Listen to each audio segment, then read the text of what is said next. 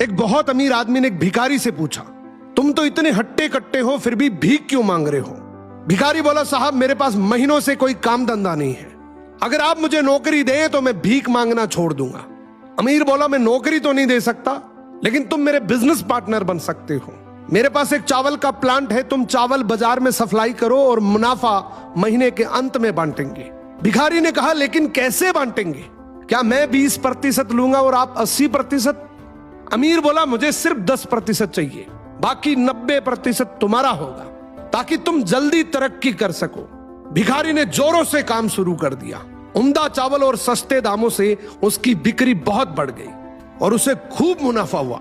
लेकिन जब मुनाफा बांटने का समय आया तो भिखारी ने सोचा, सारी मेहनत तो मैंने की है, तो अब अमीर आदमी को 10% क्यों दूं?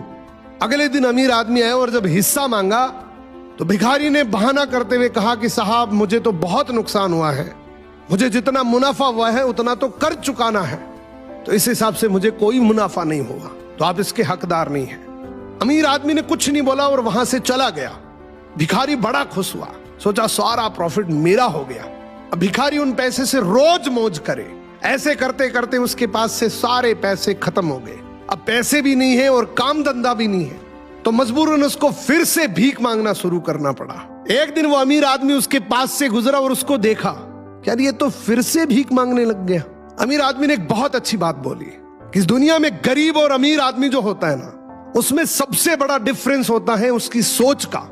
एक रिच माइंडसेट हमेशा ये सोचता है कि मुझे भी प्रॉफिट हो जाए और मेरे साथ जो काम कर रहे हैं उनको भी प्रॉफिट हो जाए, लेकिन एक पुअर माइंडसेट हमेशा ये सोचता है कि जो भी प्रॉफिट हो सिर्फ मुझे ही हो।